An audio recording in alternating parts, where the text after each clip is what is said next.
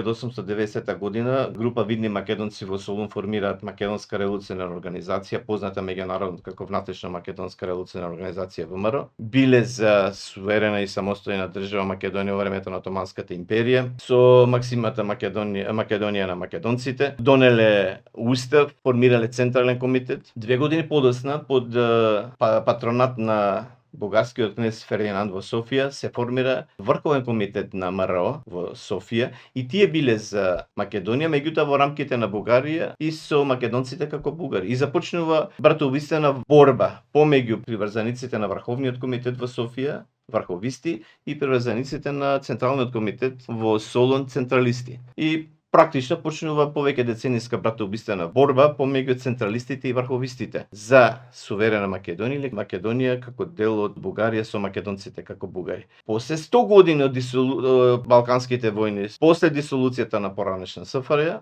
Југославија, повторно реинкарира темата Македонија со суверенитетот, сувереноста и самостојноста на државата Македонија во државноста на Републиката Македонија. И на тој начин продолжи делото Македонија да се гради како надградува како суверена и самостојна држава со меѓународно правен субјективитет и покрај сите овие велепредстави што се случија во меѓувреме.